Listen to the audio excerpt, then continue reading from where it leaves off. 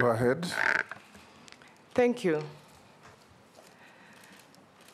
I joined the office of the Attorney General in 1992, and I would divide my achievements from the office of the Attorney General and the office of the DPP into 4 sectors. When I joined in 1992, for the first 8 years, I was a courtroom lawyer. I prosecuted all manner of cases in all courts to the highest court. The epitome of that was in 2000, when I was nominated to go and assist Kenya in prosecuting the 1998 bomb blast victims, a case in New York.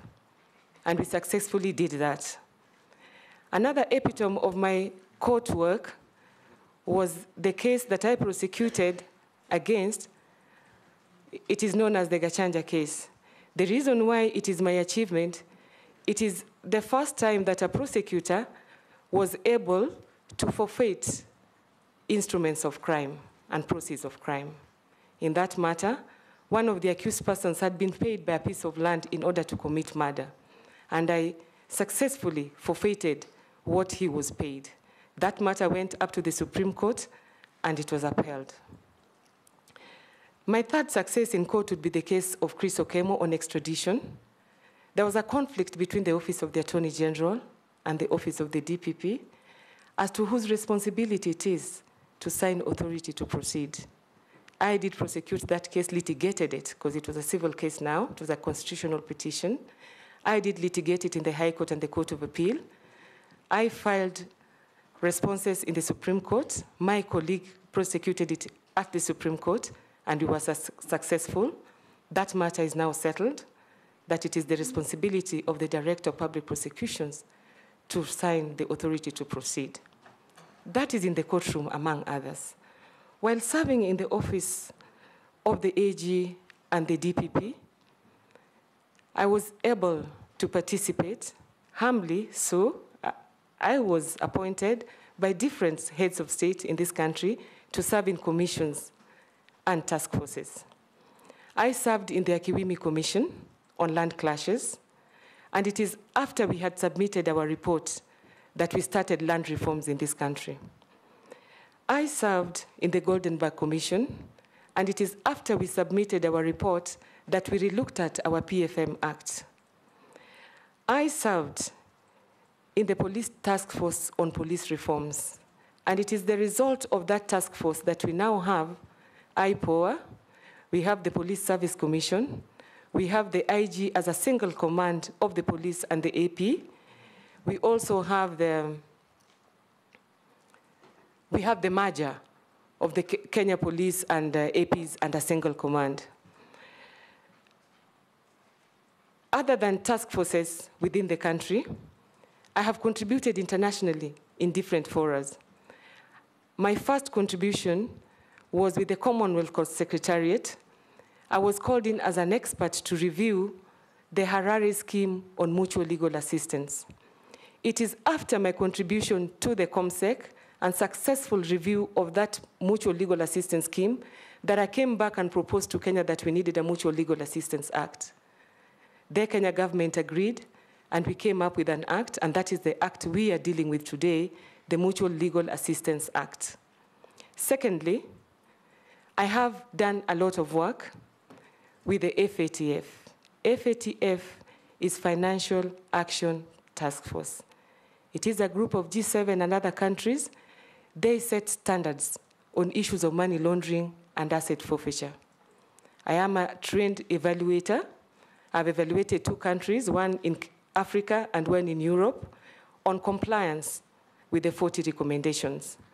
It is after my contribution to that forum that I came back to Kenya together with my colleagues, and we assisted in legislation of POCAMLA, which is proceeds of crime and anti-money laundering. It is also after that that we assisted with the legislation of Terrorism Finance Acts. A product of that is the FIU, the Financial Reporting Unit, the Asset Recovery Agency, and the National Task Force. I've also done some work with the UN. And at the UN, I assisted Kenya when we were negotiating the United Nations Convention Against Transnational Organized Crime. I also took part in the evaluation of that convention. I was again called in as an expert to make a digest, which I provided. And in that digest, I am an expert in piracy. After that, the United Nations accredited me as a trainer in that space. I've also done some work with AGA Africa. AGA Africa is a conglomeration of attorney generals.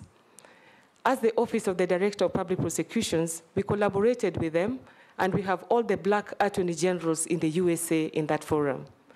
They have assisted the Office of the Director of Public Prosecutions in many areas, and they have exposed and assisted the DPP to operationalize the PTI. Other than those, I have done work with GIZ with regard to illicit financial flows. Incidentally, when I heard of my nomination, I was representing Kenya at the UN headquarters to take part in the final negotiation of the amendments of the Budapest Convention on Cybercrime to include issues of electronic evidence and data protection. That was the last call for countries to give their views before the amendments are adopted. And I am hoping that after this initiative, Kenya will accede to the Budapest Convention to bridge the gap we have in electronic evidence and data protection. Allow me, Mr. Speaker, sir, to go back to the Office of the Attorney General and the Office of the DPP. I have served in that office in different capacities. I have acted as the DPP in during 3 transitions, but now I am the Secretary of Public Prosecutions. When we delinked from the Office of the Attorney General, we had only 98 prosecution counsel, and we were in 12 regional offices. It was then my responsibility, together with the DPP, to rationalize staff and to operationalize the Office of the Director of Public Prosecutions. We have managed to increase the staff of the Office of the DPP from 98 to 1,600. We have managed to decentralize the Office of the Director of Public Prosecutions from 12 offices to all the 47 counties, to 131 court stations, and we also serve mobile courts. We have also managed, during that period, to civilize prosecution. What do I mean by this? Initially, police prosecutors were prosecuting in all courts. When we took over, we professionalized prosecution. We no longer have police prosecutors in our courtrooms. This is being done by prosecution counsel. Other than that, when Mr. Haji took over the helm of the Director of Public Prosecutions, he found when we had an initiative where we were looking at the position or the contribution of the criminal justice sector to the development of this country, and how the Department of Public Prosecutions, or the Office of the Director of Public Prosecution, was assisting or impeding the realization of the objectives of this country. I therefore, together with others, started an initiative called All for Justice. And All for